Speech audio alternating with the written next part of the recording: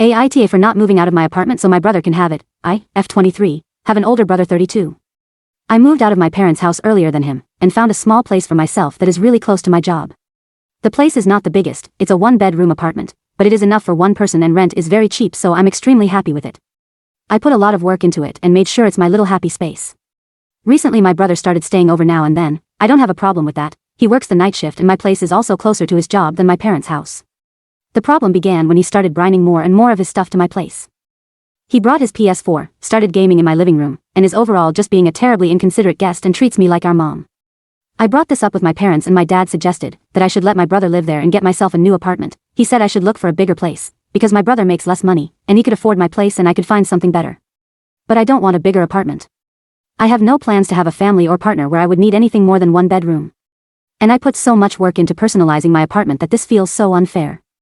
My parents said I'd be an asshole for both, kicking my brother out now for staying over and not giving him the place. Is that true? Edit with some additional info. My brother does not pay rent to me. He used to stay here for only a couple of days, but it's been turning into weeks. Edit 2.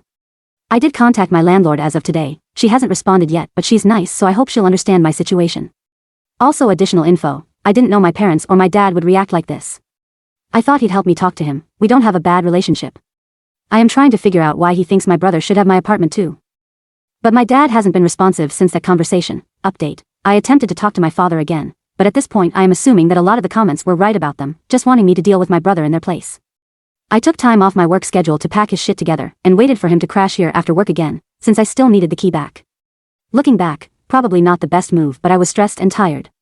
It was an awful fight, but it did end with him eventually leaving my apartment and returning my keys. The reason I didn't get the locks changed is because my landlord reminded me that this could be very expensive and she wouldn't cover the cost for me.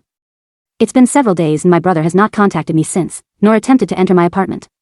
I am still considering changing the locks and might do so soon with my landlord's permission, and covering the cost myself. But it seems I have my space back. The thing that really bothers me is how my relationship with my parents suddenly suffered so much from this.